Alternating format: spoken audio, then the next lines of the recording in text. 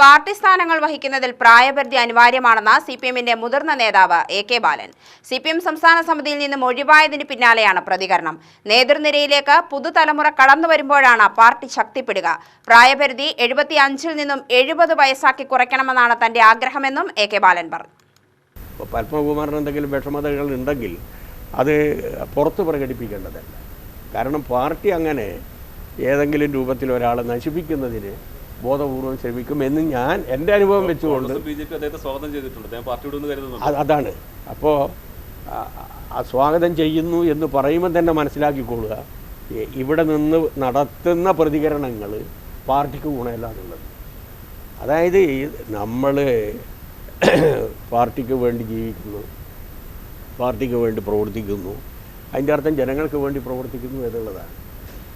ഏതെങ്കിലും ഉദ്ദേശിച്ചൊരു പദവി ഇല്ലെങ്കിലും ജനസേവനത്തിനൊരു തടസ്സമില്ലല്ലോ.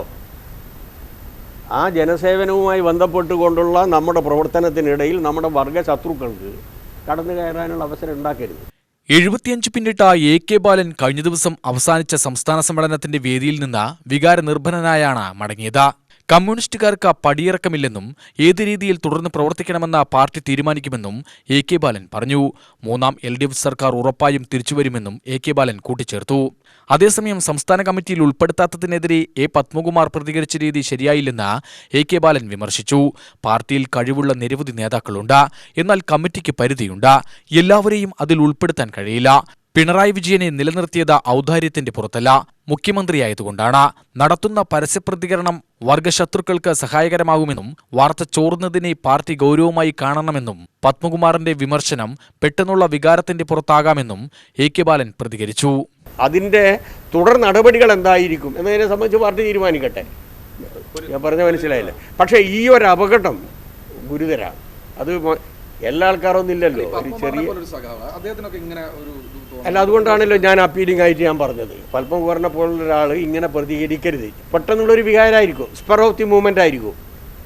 പക്ഷേ അതിൽ നിന്ന് മാറി നിൽക്കുക എന്നുള്ളതാണല്ലോ, മനസ്സിനെ മാറ്റുക എന്നുള്ളതാണല്ലോ. മനസ്സ് പലപ്പോഴും പതറിപ്പോകും. അതല്ല നിങ്ങളോട് പറയുക എന്നുള്ളതല്ലല്ലോ പ്രശ്നം.